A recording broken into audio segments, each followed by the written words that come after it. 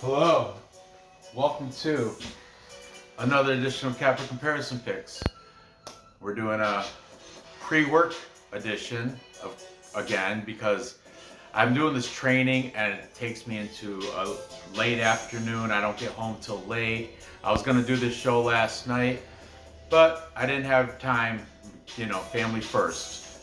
But now I just sent my kids off to school. I got a little bit of time before I have to go to my training class, so I'm going to get it done right now. So welcome to Kape Comparison Picks for UFC 275 Select Fights. Be sure to check out the fights I did, or the breakdowns I did for all the prelim fights up to this point. This are also prelims, I do believe. Man, I hope I'm right. I was messed up yesterday with that, but I'm pretty sure, let me see, just to double check that this is going into select fights. Yeah. Actually, Brendan Allen, yeah, that's the prelim feature fight. Della Maddalena is the curtain jerker to the main card. So we got one prelim, two main card fights, calling this select fights. So without further ado, I'm going to jump right into this. But guys, go back and check the videos I did Monday and Tuesday. Yesterday, like I said, this was supposed to happen last night. I'm going to have to back to back. I'm going to do another one tonight. But moving on, here we go. We got the middleweight fight between Brandon All-In Allen and Jacob Malkoun. Mamba number, whatever. I forget that song. But anyway, Brendan Allen comes in as the favorite, heavy favorite, minus 305. These odds are from last night. The money has been coming in hard on Allen because he opened up at a minus 255. So it's gone up substantially. He was a 2.5 to 1 favorite. Now he's a 3 to 1 favorite. These are, like I mentioned, these are from Bet Online last night. I didn't check them out this morning because busy. But Brendan Allen has a record of 18-5. They're both the same age, 26 years old for Allen and Jacob Malkoun. Brendan Allen is coming off a win against Sam Alvey, Smiling Sam Alvey, journeyman extraordinaire. I don't think he's won in forever, but I was rooting for Sam Alvey just because I like the guy, and I feel bad that he's like he hasn't won in like 8 fights or something. But he's still a likable dude, and he's still, I don't know, he might be cut by now. Who knows? But Brendan Allen took care of him, rear naked choke in round 2. Prior to that, though, he had to bounce back because he got beat by Action Man Chris Curtis. Chris Curtis TKO'd Brendan Allen round 2. Chris Curtis, good friends with Cody Safdie. Just little side note there. And prior to that, though, he had a phenomenal striking win over Punahele Soriano. He won by unanimous decision where he outstruck Punahele. I had picked Punahele Soriano in that fight, but Brendan Allen proved me wrong. And before that, he heel hooked Carl Roberson in round 1. Good on you there. And before that, he lost to Sean Strickland punches in round 2. So he's been a little bit of a back and forth type of fighter, but he's 3-2 in his last 5. And those 2 losses to Chris Curtis and Sean Strickland are not horrible. They're both pretty good fighters. Brendan Allen will have a 5-inch height advantage and a 2-inch reach advantage here over Jacob Malkoun. Brendan Allen he used to train out of Rufusport, but now I do believe he's training out of Sanford MMA with Henry Hooft and Company down there in Florida. He is a legit, substantial BJJ black belt. Keep that in mind because we're going to talk about Jacob Malkoun. Jacob Malkoun surprisingly has pretty good wrestling.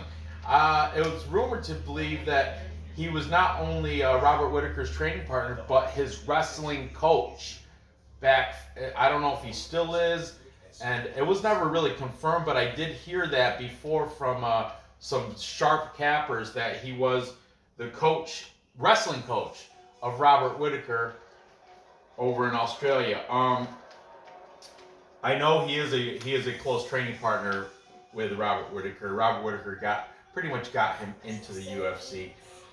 Speaking of that, his UFC debut was against Phil Hawes, where he took a L. He got beat in 18 seconds of round 1 to Phil Hawes, and that was his UFC debut. Prior to that, he was coming off a string of wins in Eternal MMA, Wollongong Wars, Hex Fights, and Brace Fighting, all the Australian regional scenes where he went undefeated, capitalizing on all those wins against nobody that you know. After Phil Hawes' loss, 18 seconds round 1, UFC debut, you can chalk that up to jitters, nervousness, first time on the big scene. He bounced back with a win over Abdul Razak Al Hassan, where he displayed his wrestling prowess that Abdul Razak Al Hassan has none of, and he beat him by unanimous decision. And after that, he continued to go on what's working for him, use that wrestling against AJ Dobson, winning another unanimous decision. So Jacob Malkoun has only lost once in his entire professional career, and that was that UFC debut to Phil Hawes. And he's bounced back against some decent fighters using his wrestling. But I tell you what, those decent fighters don't compare to Brendan Allen. That's the thing. Brendan Allen is a legit BJJ black belt, as I mentioned. He can handle himself on the ground, where Abdul Razak Al Hassan and AJ Dobson, if you get them on the ground, all they're going to do is try to get popped back up, because they have no offense on the ground. They can't do submissions on the ground. They can't really scramble or wrestle down there. So Malkoun has his hands full here. Let's see what the cappers have to say. Starting with the 3-1 favorite. It's disgusting line. We've got AJ DeVito from MMA Experts. AJ DeVito thinks he's going to exploit Malkoun and get the submission round 2 for Brendan Allen. Then we got Brady from DFS by the numbers saying Allen should get the TKO in round 1. Okay, that could happen. Phil Hawes managed to do it.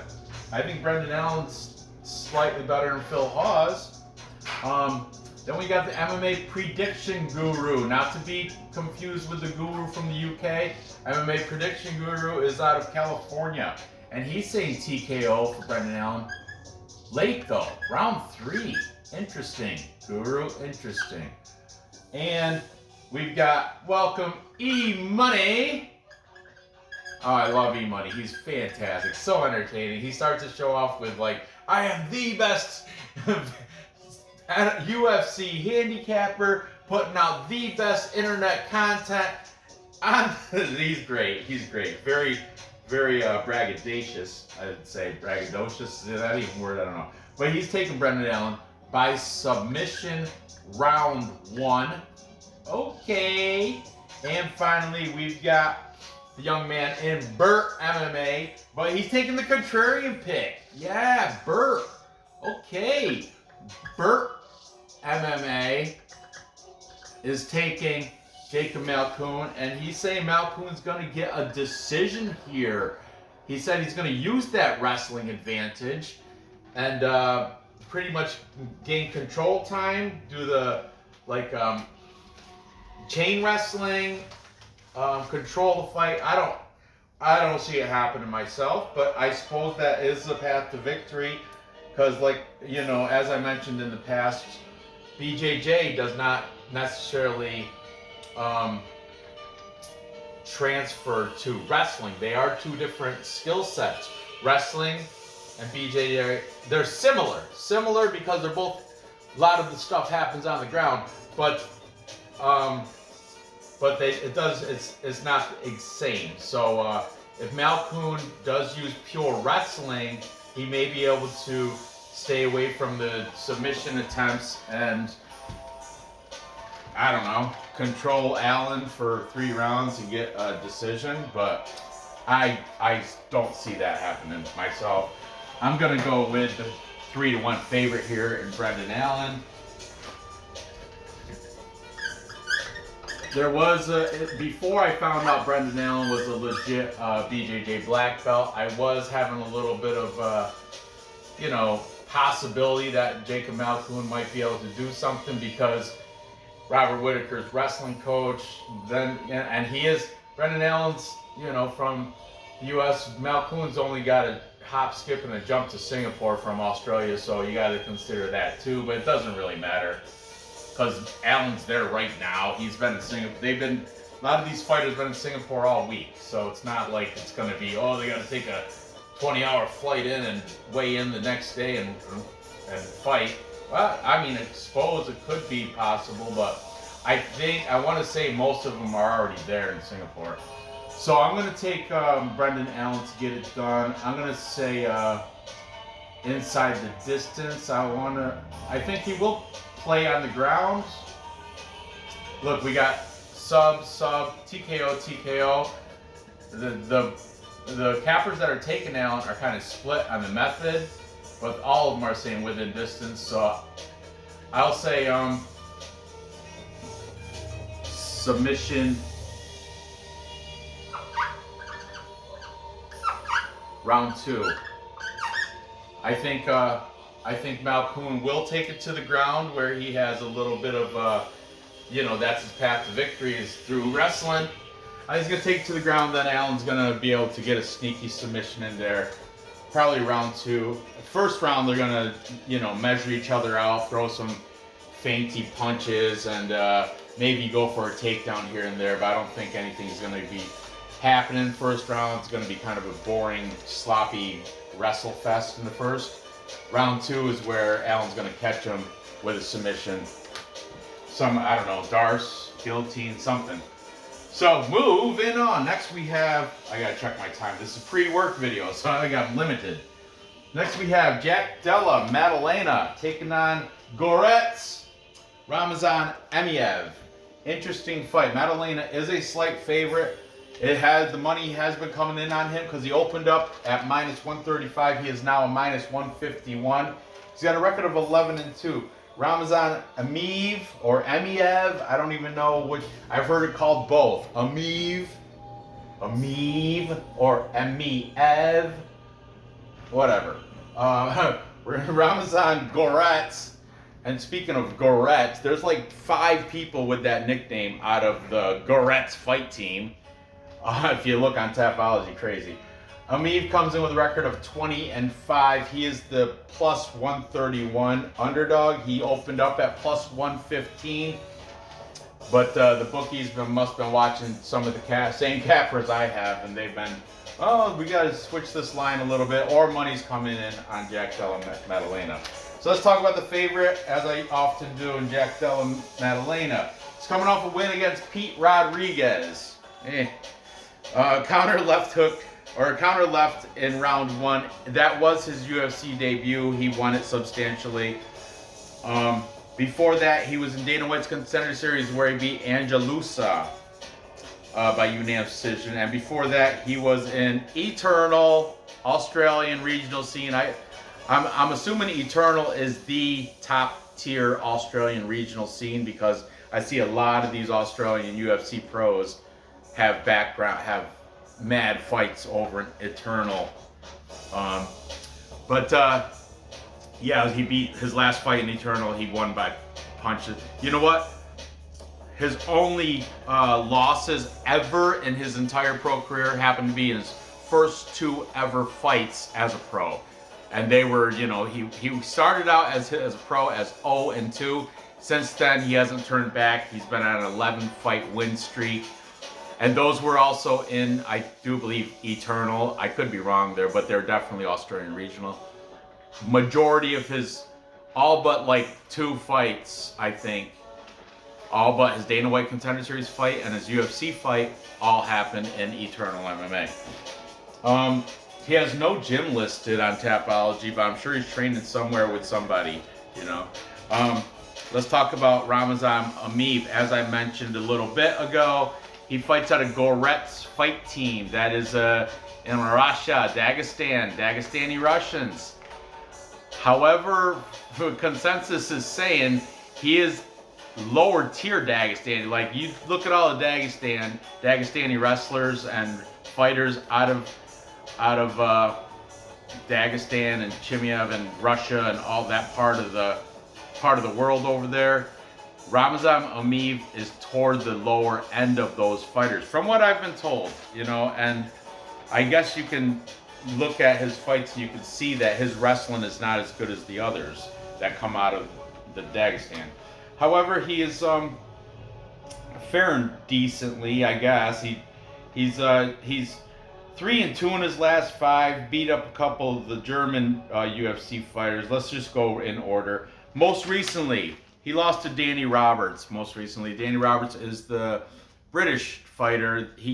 That was split decision though, and Danny Roberts was able to outstrike and defend some takedowns, I do believe. A British guy defending takedowns against a Dagestani wrestler. You know, that tells you something there.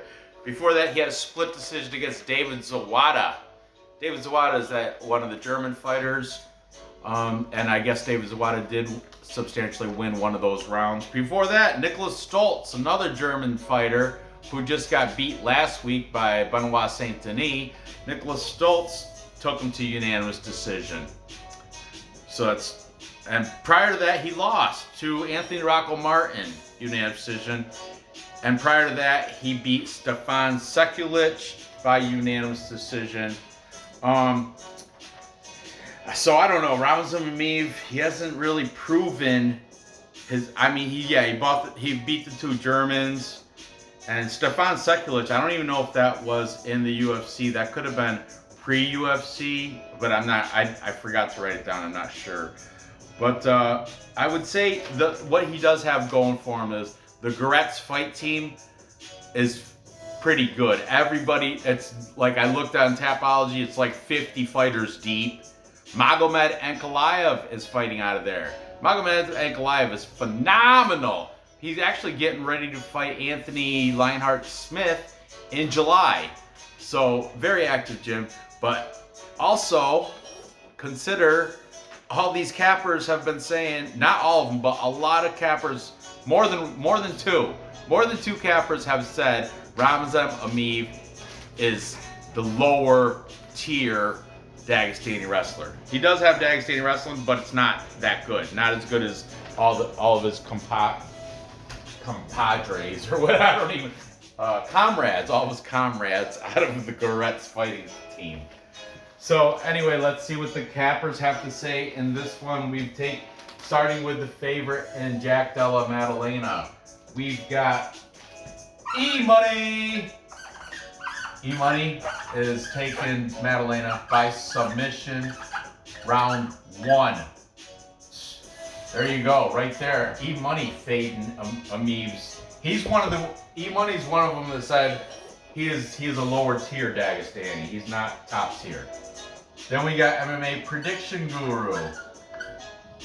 Pred Guru is also taking Madalena by decision over Emeev, whether it be split decision or not. He thinks it's going to be handed to Madalena.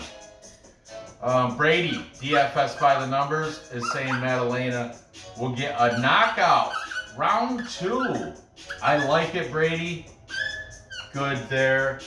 AJ DeVito also predicting a TKO KO for Madalena. And finally, we've got Burt making a full capper consensus. Burt is saying by decision for Jack Della Maddalena, making this a full capper consensus. If you guys don't know, you should know by now, a full capper consensus. These are good luck pearls I'm throwing you betters, because the line is kind of close.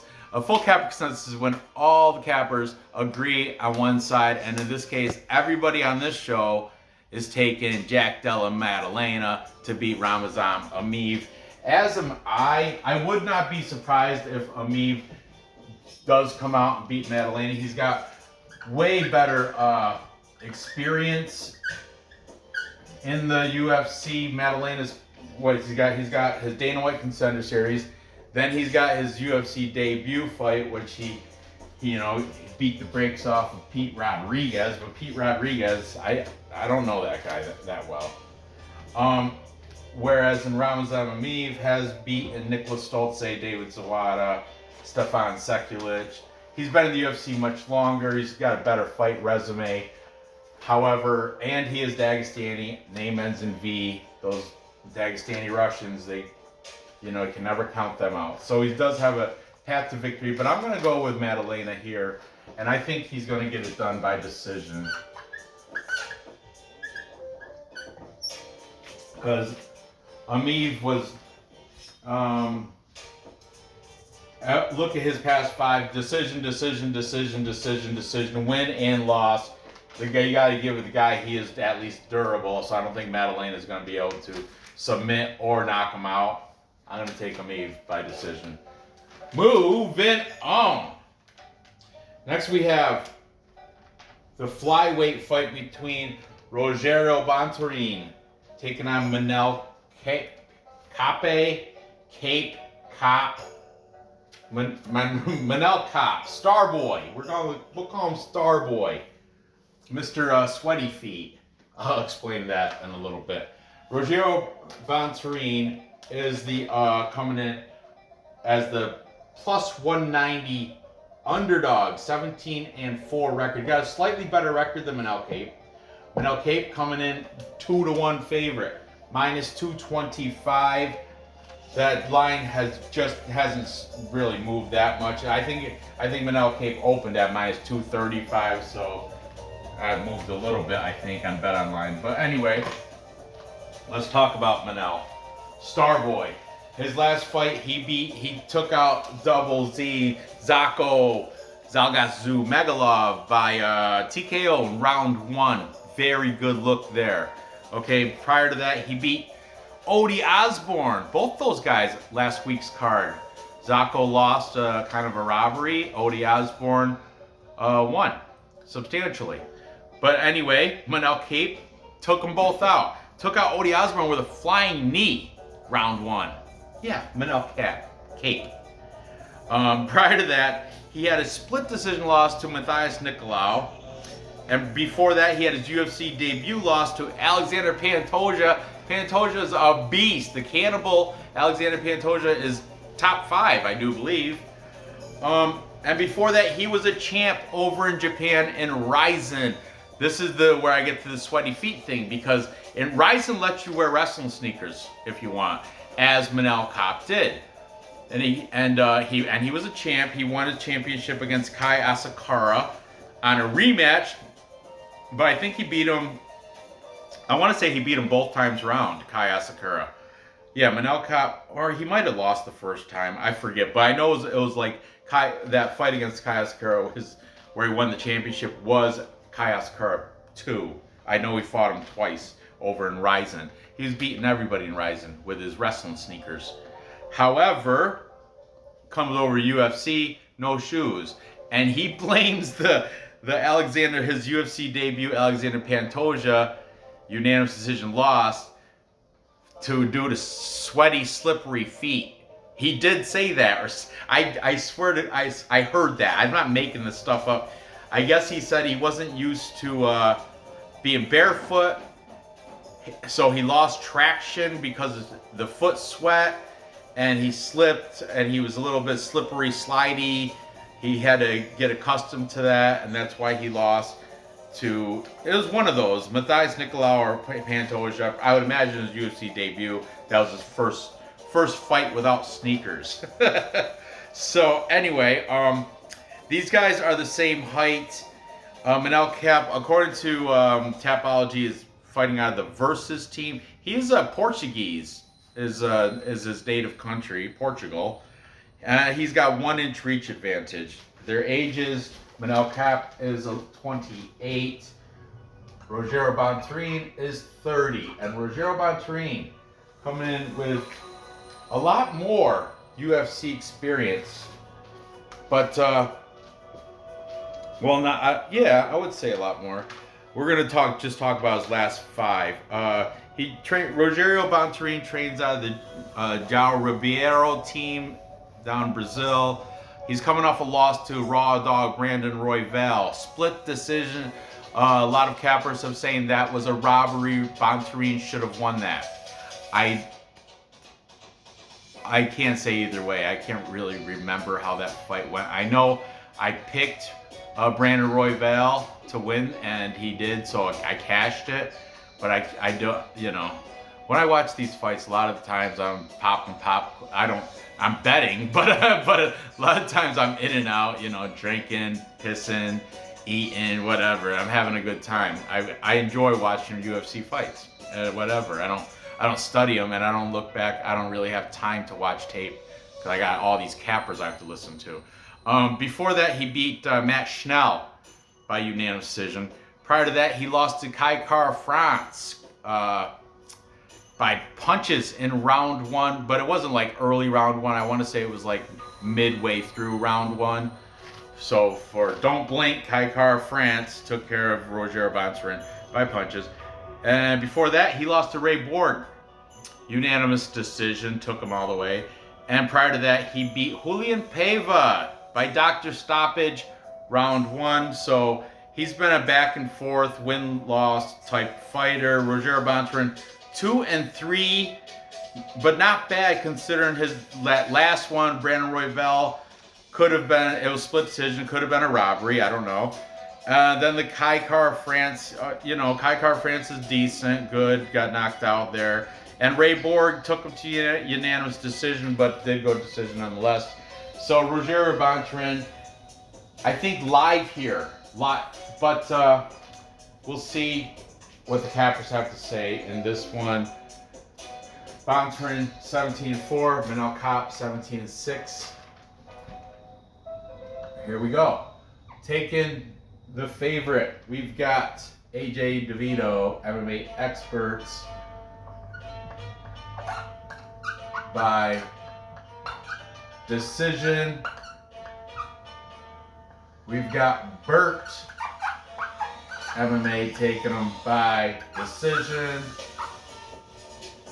We've got Brady, DFS, by decision. I'm seeing a little trend here, guys. Decision, decision, decision. Then stop the decisions because Prediction Guru is going to say by TKO round 1. And E-Money also predicting,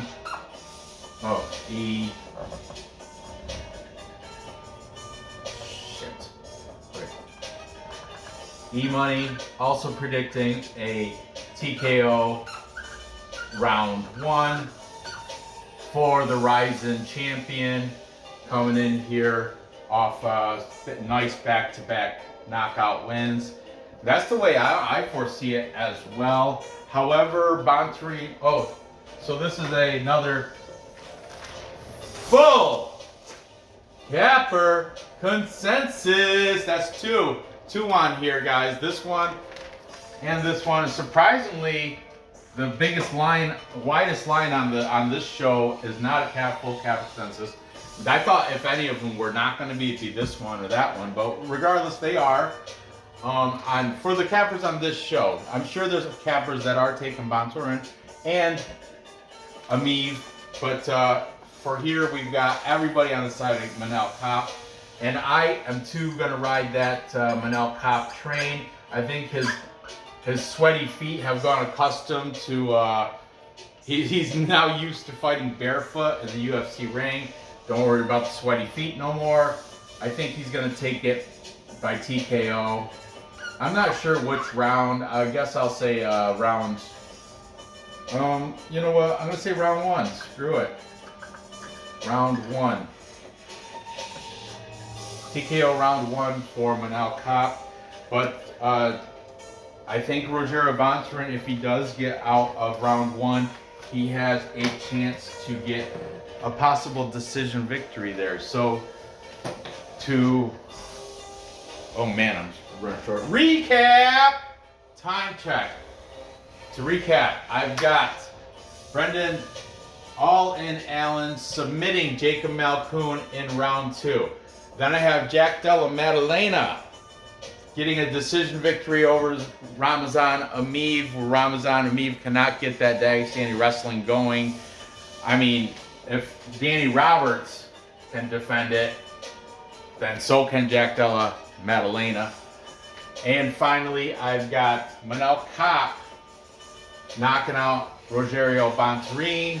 Rounds 1. It's going to be round 1 or 2. I'm not sure, but I think I do got him for a knockout. However, Bontorin, he might be worth a hedge bet. As of right now, I'm not going to do it, but we'll see how they size up in the face-offs, and I might throw something on a hedge bet. You guys are going to have to find out after the weigh-ins on my Friday night live stream. I look forward to that every week. So, thanks for watching. Good luck on your bets here. Be sure to give me that like. Comment, please comment. Throw your comments on who you think is going to win these fights. I took all favorites, didn't I? I did take all favorites. Oh well, it happens. My first show this week, I took all underdogs. That's a unique one. Yesterday, I also took, or Tuesday, I also took all favorites too. But it happens, you know. I'm picking with who I think is going to win. So good luck on your bets, and hopefully I'll see you guys later tonight when I cover the rest of the main card. Thanks for watching. Good luck on your bets. See you later.